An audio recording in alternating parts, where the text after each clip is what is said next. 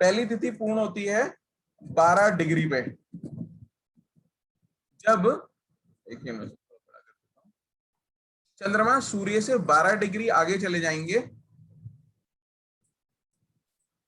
तो पहली तिथि बन जाएगी। फिर वो 12 डिग्री आगे जाएंगे, मतलब 24 डिग्री आगे जाएंगे तो दूसरी तिथि बन जाएगी। 24 डिग्री के हैं, अब जरा से आगे चले तो तीसरी तिथि बननी चालू हुई, और जब वो 36 डिग्री की हो जाएंगे तो हमारी तीसरी तिथि बन जाएगी। तो तिथि का निर्माण इस तरीके से होता है। पंचांग में जो भी कैलकुलेशन होती है वो सूर्य और चंद्रमा के बेस पे होती है। और पंचांग हमें डेली का या जो हम पंचांग यूज करते हैं मुहूर्त वगैरह में, तो सूर्य चंद्रमा क्योंकि प्रकाश ग्रह है, ल्यूमिनरीज हैं, तो उनका महत्व ज्यादा होता है और ग्रहों के कंपैरिजन में। इसलिए हमारे जो ऋषि मुनि हुए हैं उन्होंने पंचांग की जो कैलकुलेशन होती है उसमें सूर्य और चंद्रमा को ज्यादा लिया, मेरा ऐसा मानना है। ठीक है, तो फॉर एग्जाम्पल हमारे पास जो पंचांग होता है उसमें होता है वार, ये वैदिक वीकडे, वार, नक्षत्र, तिथि, योग और करना, ये 5 चीजें होती हैं। योग और करना थोड़ा सा कॉम्प्लेक्स होता है, वो मैं आपको बता दूंगा। तो आपको नक्षत्र पता है, वो यहां से पता चल जाता है अगर आप ये सॉफ्टवेयर यूज करेंगे। वीकडे हर किसी को पता ही होता है, और तिथि कौन सी चल रही है वो यहां से पता चल जाती है। तो शुक्ला नवमी चल रही है जो कि 66.15% बची हुई है। ठीक है जी, ओके। अब हम बात, जैसे, हाँ जी, सॉरी, मतलब जैसे 12 डिग्री कवर करने में, जैसे तिथि हमारा कभी 24 घंटे का होता है, कभी 27 घंटे का, कभी थोड़ा कम होता है, मतलब तो वो वेरिएशन क्यों होता है? उसका रीजन है कि हमारे जो सूर्य है ना, तो सन जो है वो हमेशा 1 डिग्री चलते हैं एक दिन में, लेकिन मून की स्पीड जो होती है 12 से 15 डिग्री होती है पर डे। अच्छा, वो चेंज होता रहता है। ठीक है, तभी नक्षत्र भी छोटा बड़ा हो जाता है, पर डे है ये। Okay, per day. सन 1 डिग्री चलते हैं पूरा एक दिन में, लेकिन चंद्रमा आगे पीछे कर लेते हैं, तो इसकी वजह से दिक्कत आ जाती है। तभी हमें तिथि और जो ये छोटी बड़ी हो जाती है और क्षय और वृद्धि तिथि की कहानी आ जाती है ना। तो इसके लिए बेसिकली हमारे 2 कैलेंडर भी चलते हैं, मेरे को एग्जैक्टली नहीं याद। 2 कैलेंडर चलते हैं, एक सूर्य का कैलेंडर, चंद्रमा का कैलेंडर, और हमारे यहाँ उन दोनों को ही यूज किया जाता है और उनको सिंक्रोनाइज भी किया जाता है। उनको सिंक्रोनाइज जब किया जाता है तो एक मंथ बनता है उनके सिंक्रोनाइजेशन को कंप्लीट करने के लिए, उसको मलमास कहते हैं। आपने सुना होगा कुछ लोगों ने, मलमास होता है। तो मलमास जो होता है वो सूर्य और चंद्रमा की स्पीड की वजह से जो डिफरेंस आता है, और वो शायद 2 या 3 साल में एक बार बनता है, तो वो मलमास बनता है। वो मैं आपको कभी देख के बता दूंगा, लेकिन इसका कुछ ऐसा फायदा है नहीं। तो ये मैंने आपको बताया पक्ष, और अभी तिथि कैसे बनती है वो बहुत इंपॉर्टेंट होती है मेरे को। मैं तिथि कैसे बनती है हर किसी को बताना चाहता हूँ, क्योंकि भारत में रह के, हिंदुस्तान में रह के हमें पता होना चाहिए था, क्योंकि कुछ साल पहले हमारे हर घर में ये पता था तिथि नक्षत्र कौन सा है, लोग ध्यान रखते थे, उसके बेस पे काम करते थे। ये हमें काफी फ्रूटफुल होता है।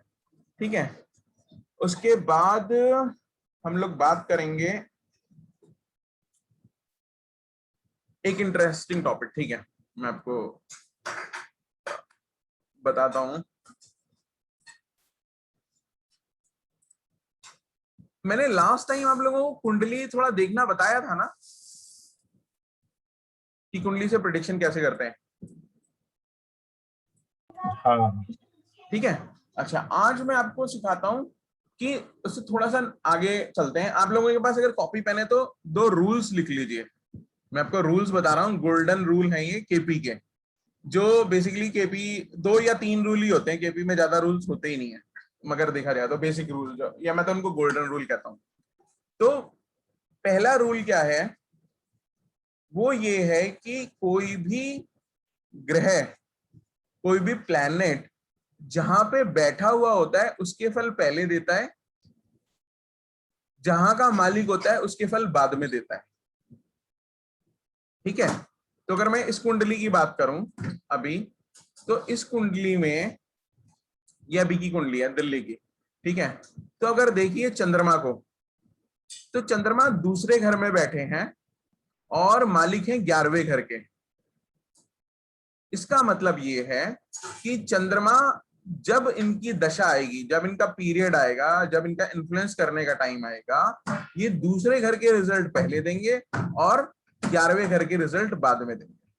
ठीक है, अगर हम शनि की बात करें, नहीं करते क्योंकि शनि अपने घर में बैठे हैं, बुध भी अपने घर में बैठे हैं। मंगल की बात कर लेते हैं, मंगल ये नीच के हैं, मंगल नीच के पहले 11वें घर के फल देंगे और इनकी एक राशि 8वें घर में, 8वें घर के बाद में देंगे, और दूसरी राशि तीसरे घर में, तो तीसरे घर के बाद में देंगे। तो हम इसको कुछ इस तरीके से कर लेते हैं।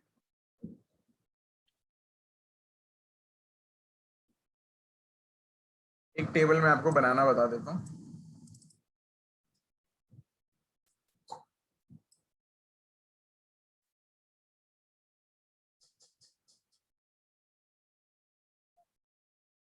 तो मान लीजिए ये हमारे हो गए सीरियल नंबर, अच्छा ये बहुत छोटा होगा आप लोगों के लिए।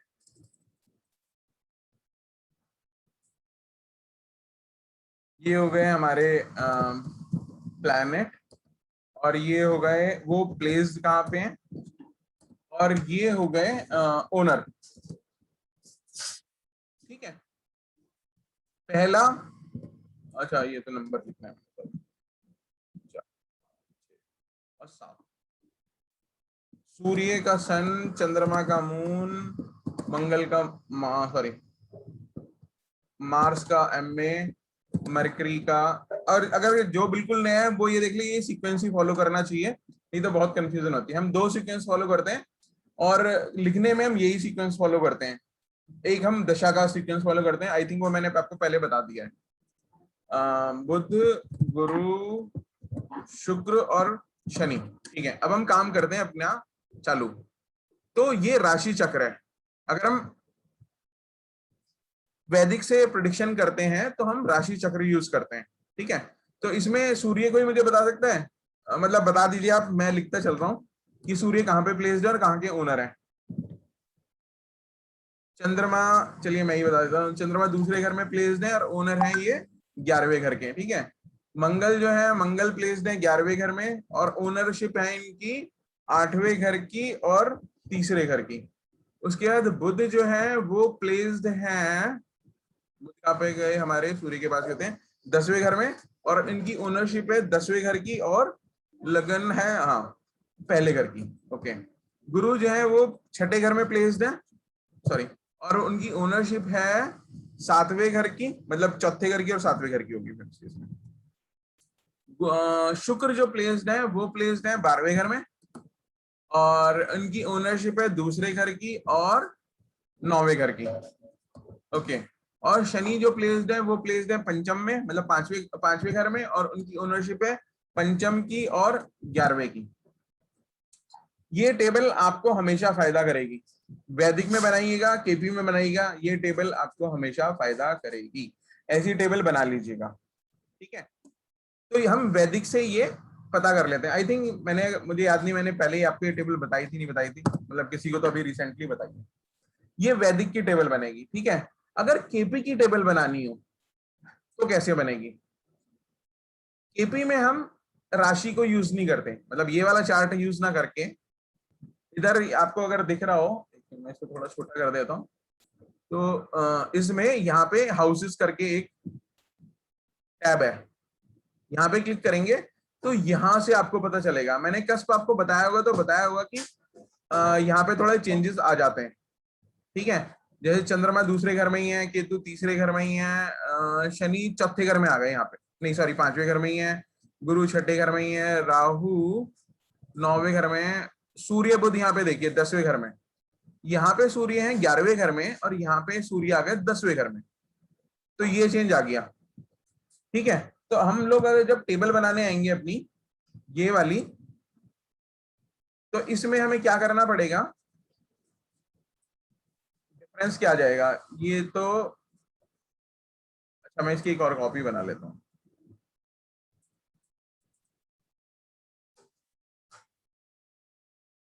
क्योंकि मुझे इससे कुछ काम नहीं है अभी, ठीक है, मुझे ये टेबल चाहिए। तो मुझे क्या करना है, मैं जस्ट इसकी एक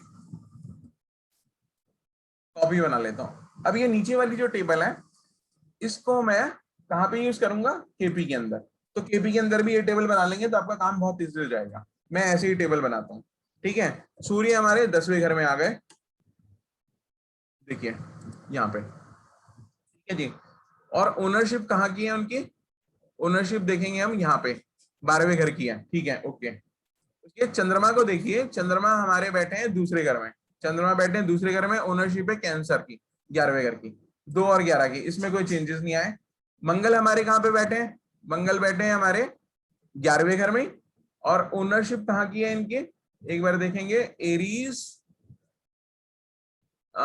9वें घर में आ गए। अभी हमारे यहाँ पे मंगल जो थे 8वें घर के स्वामी थे, लेकिन यहाँ पे वो 9वें घर के, ये 9वें कस्प के, घर के नहीं कस्प के हैं, ठीक है। और एरीज के बाद स्कॉर्पियो दिख रहा है आपको कहीं, कोई किसी को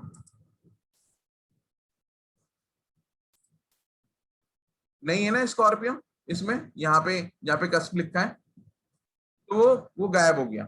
तो खाली वो 9वें कस्प के स्वामी हैं। बुध, बुध जो है वो बैठे हैं हमारे 10वें घर में, बिल्कुल सही है, लेकिन वो स्वामी कहाँ कहाँ के, 1, 2 और 10, ये 1, 2, 10 के 10वें घर में बैठे हैं, 10 के स्वामी है, 1 के स्वामी और 2 के स्वामी है। गुरु को देख लेते हैं, गुरु कौन से घर में बैठे हैं हमारे, गुरु बैठे हैं 6ठे घर में, और स्वामी हो जाएंगे वो 4थे घर के और 7वें और 8वें घर के। तो 4थे घर के और 7वें और 8वें घर के। शुक्र हमारे बैठे हैं 11वें घर में, और स्वामी है वो टॉरस के, एक तो टॉरस टॉरस टॉरस टॉरस गायब हो गया, और लिब्रा के, लिब्रा का मतलब हो गया 3rd house, only 3rd house, ठीक है जी। और सैटर्न, सैटर्न बैठे हैं हमारे 5वें घर में, बिल्कुल, और स्वामी है उनका 5 और 6। ये जो है हमारी टेबल बनी है, ये हम केपी में यूज करते हैं, और ये हमने कस्प के थ्रू बनाई है, ठीक है, कस्प। और ये जो टेबल है हमारी, ये हम वैदिक में यूज करते हैं, और ये हमने राशि चार्ट के थ्रू बनाई है। अगर आप देखेंगे यहाँ पे थोड़ा सा डिफरेंस है प्लेसमेंट का, सूर्य की प्लेसमेंट चेंज हो गई और हमारे शुक्र की प्लेसमेंट चेंज हो गई है, वो बैठे हुए कहाँ पे, ठीक है। और ओनरशिप तो काफी सारे प्लैनेट्स की चेंज हो गई है, जैसे कि मंगल 8वें और पहले घर के स्वामी यहाँ पे सिर्फ 9वें घर के स्वामी रह गए। बुध जो है वो 10वें और 11वें घर के स्वामी है, लेकिन यहाँ पे 10, 1 और 2 का ओनरशिप आ गई कस्प की। ऐसी जुपिटर का भी बढ़ गया और वीनस का घट गया, ठीक है। यही मेन डिफरेंस आ जाता है केपी और वैदिक में। और इससे क्या फर्क पड़ता है, इससे फर्क पड़ता है प्रेडिक्शन का। यहां पे हम बोलेंगे कि 10वें और पहले घर का काम जो करेगा वो करेंगे बुध, लेकिन यहां पे हम बोलेंगे कि बुध जो है वो 10वें पहले और दूसरे घर का भी काम करेंगे। ये डिफरेंस क्लियर है आप लोगों को?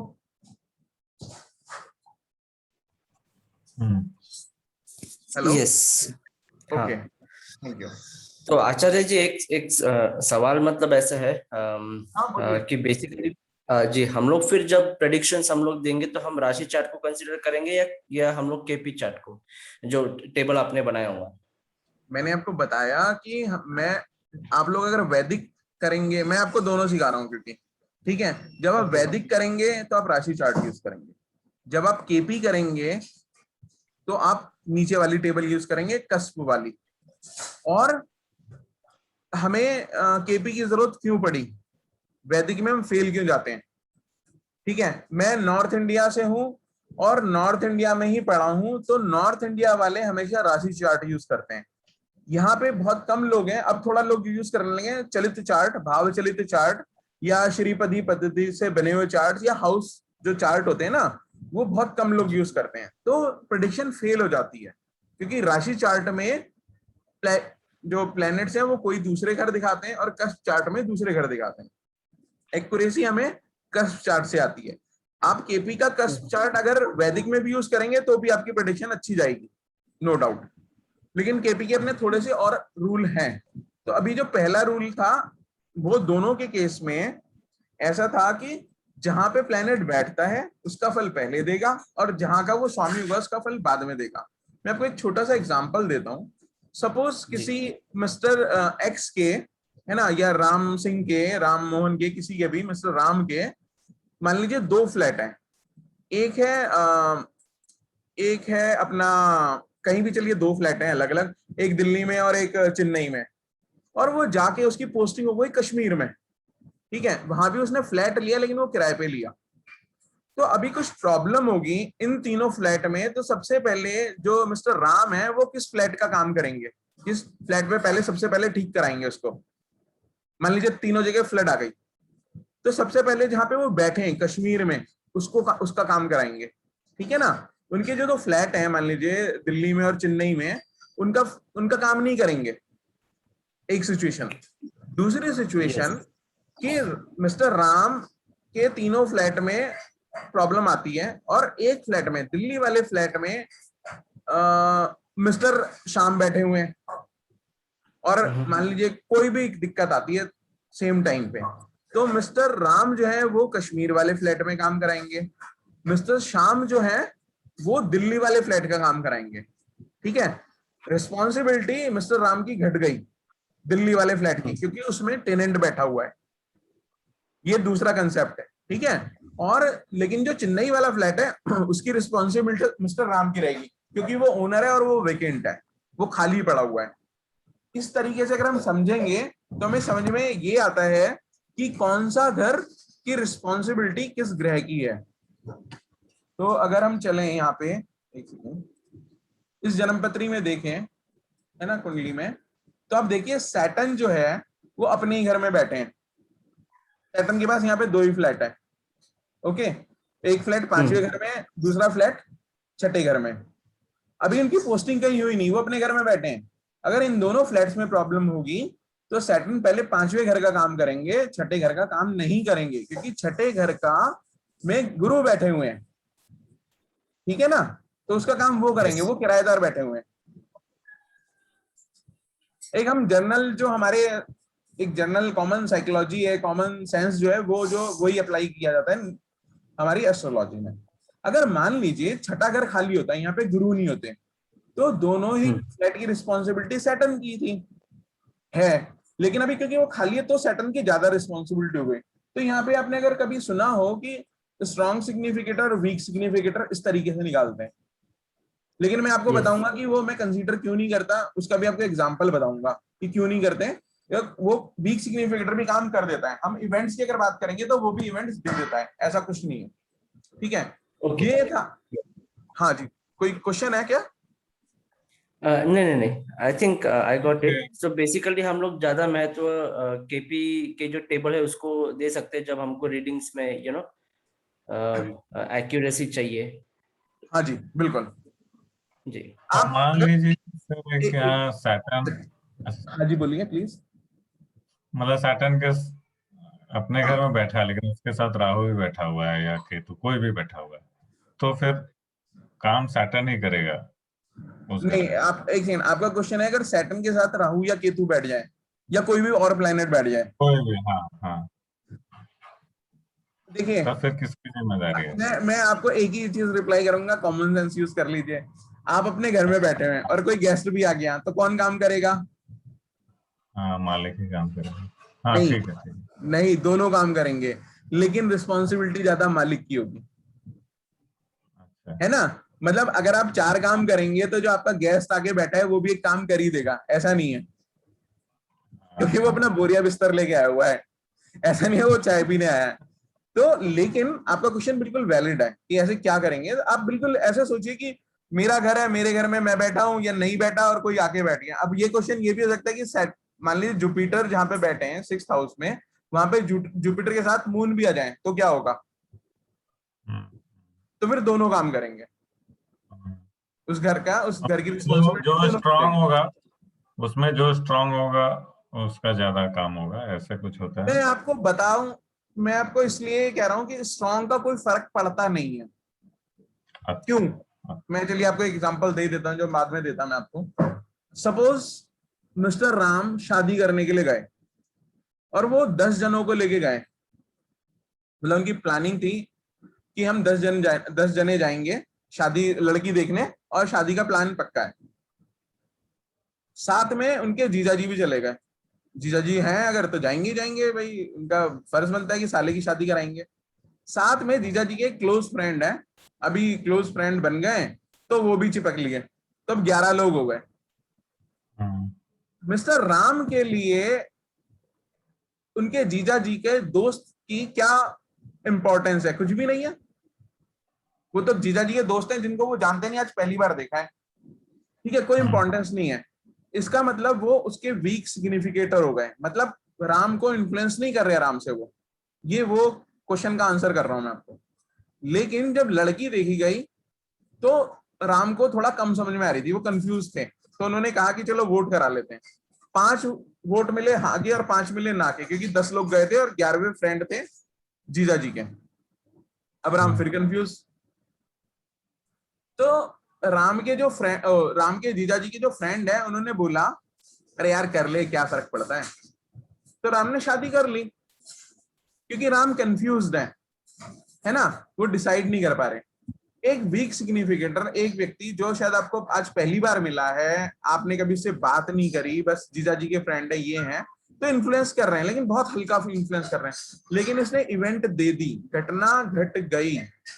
इसलिए मैं कहता हूं कि वीक सिग्निफिकेटर भी काम कर जाता है, आप ये जानिए, ठीक है। समझिए।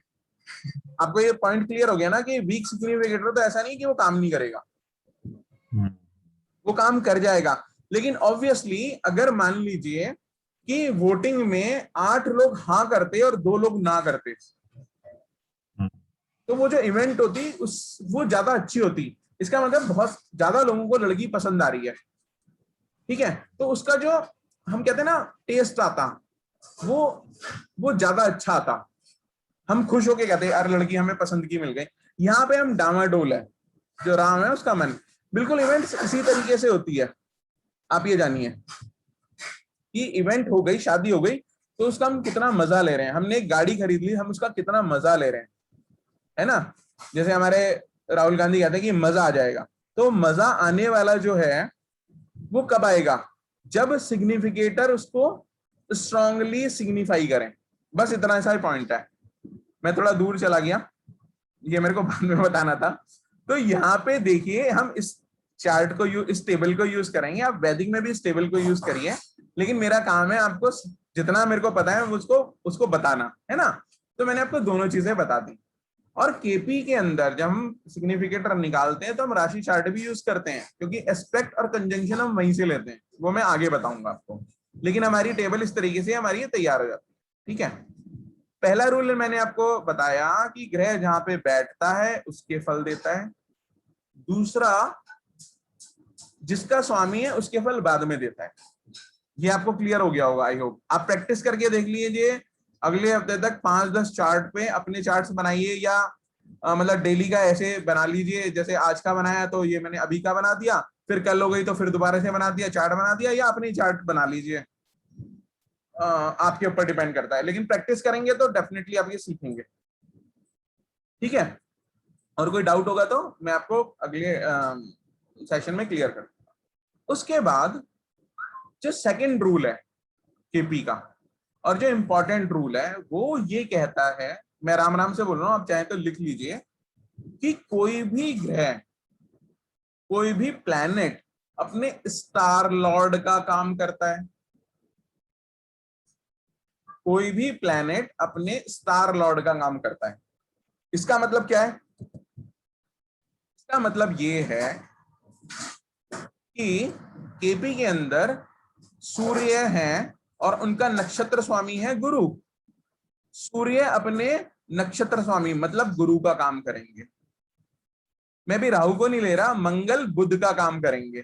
इट मींस क्या होगा? मंगल बुध का काम करेंगे। अगर हम इसको देखें इस वाली टेबल पे, मंगल बुध का काम करेंगे, ठीक है? तो मंगल बुध का काम करेंगे। मंगल का टाइम आने पे, मंगल की दशा आने पे मंगल काम करेंगे बुध का, मतलब 10वें घर का रिजल्ट देंगे और पहले और दूसरे घर का रिजल्ट देंगे। आपको क्लियर हुआ? मंगल बुध का काम करेंगे। बुध का काम क्या है? 10वें और पहले दूसरे घर को काम करना। तो मंगल बुध का काम करेंगे और फिर 11वें और 9वें का काम करेंगे, फिर अपना काम करेंगे। तो आप कुछ ऐसे मान लीजिए, प्लीज आप इसको गलत उसमें मत लीजिएगा, कि वाइफ है, वाइफ पहले अपने हस्बैंड को खाना खिलाती है, बाद में खुद खाती है ना? तो यहाँ पे वो लॉर्ड है, स्टार लॉर्ड या नक्षत्र पति। तो अब पति से याद रखिएगा कि वाइफ पहले अपने हस्बैंड का काम करेगी, बाद में वो अपना काम करेगी। ये हमारे 2 गोल्डन रूल हैं केपी के, और हमारी प्रेडिक्शन इससे हो जाएगी। 80% ये कवर कर जाता है केपी। नक्षत्र स्वामी का काम, मतलब कोई भी ग्रह दशा आने पे या कभी भी अपने नक्षत्र स्वामी का काम करते हैं, और कोई भी ग्रह जहां पे बैठा हुआ होता है पहले उसका काम करता है, और जहां का वो लॉर्ड होता है उसका काम बाद में करता है। यही रूल है जी। क्लियर? अगर मैं कहूं सैटर्न का नक्षत्र स्वामी चंद्रमा है, तो सैटर्न की दशा आने पे चंद्रमा का काम मिलेगा हमें रिजल्ट। क्योंकि अगर हम वैदिक में देखें तो ये रिजल्ट बिल्कुल हमारे फेल हो जाते हैं। हम कहते हैं सैटर्न की दशा आएगी तो सैटर्न काम करेगा यहाँ पे 5वें घर का और 11वें घर का, लेकिन हमें पता चल रहा है कि वो तो दूसरे और 11वें घर का काम कर रहा है। तो अगर ये इक्वेशन मैं आपको बाद में बता दूंगा, 5वें और 11वें की इक्वेशन बनती है तो हमारा पैसा लॉस होता है। तो प्रेडिक्शन होगी कि पैसा लॉस हो जाएगा, क्योंकि 5वां घर है दूसरे घर का 11वां, सामने वाले का 11वां, तो दूसरा धन कमाएगा हमसे। लेकिन यहाँ पे 2-11 बन गया चंद्रमा से, तो वो उसको पैसा मिलेगा इनफैक्ट, क्योंकि 2 हमारा बैंक बैलेंस होता है, 11 हमारा प्रॉफिट होता है। ठीक है जी, इतना क्लियर? 3 मिनट में ये मीटिंग बंद हो जाएगी, फिर हम दोबारा से ज्वाइन कर लेंगे तभी की तभी। 2 मिनट लगेंगे बस मुझे उसको ऑन करने में। इतना क्लियर हो गया आप लोगों को, या यहाँ पे कोई डाउट है? और डाउट है तो मेरे को 2-3 बार ये क्लियर करना पड़ेगा, क्योंकि ये थोड़ा कंफ्यूजिंग रहता ही रहता है। तो अगर हम वापस चलें चार्ट पे, तो कोई मुझे बता सकता है कि गुरु किसका काम करेंगे?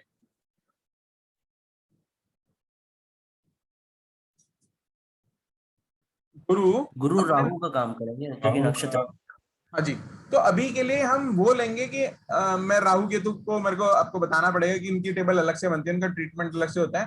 तो गुरु राहु का काम करेंगे, तो हम अभी ये कह सकते हैं कि राहु जो है वो प्लेस्ड है 9th हाउस में। तो पहले गुरु 9th हाउस का काम करेंगे, और फिर वो अपना जो गुरु दिखा रहे हैं छठा, 6, 4, 7, 8 इन घरों का काम करेंगे।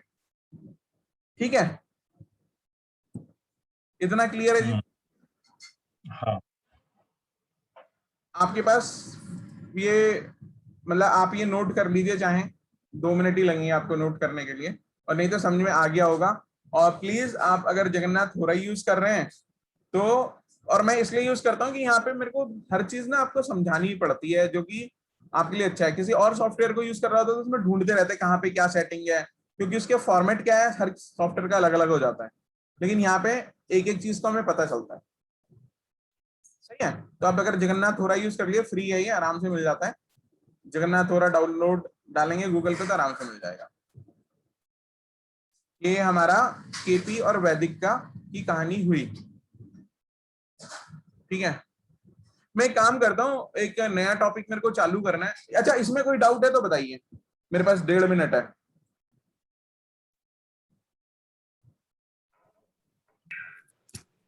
हेलो, आई थिंक क्लियर है। या ओके। अरे आप ना, अभी तो तीसरा सेशन हो गया, अभी तो शर्माते क्यों रहते हैं इतना? और बोलेंगे तो मेरे को भी अच्छा लगेगा। कोई बात नहीं, 2-4 मिनट 5 मिनट फालतू जाएंगे, लेकिन थोड़ा इंटरेक्शन होता है तो अच्छा रहता है ना? तो ठीक है, फिर मैं ये सेशन बंद कर रहा हूँ, और आप लोग 1 मिनट के बाद इसको दोबारा क्लिक कर दीजिएगा, ज्वाइन कर लीजिएगा प्लीज दोबारा। ठीक है जी? यस। Okay, thank you.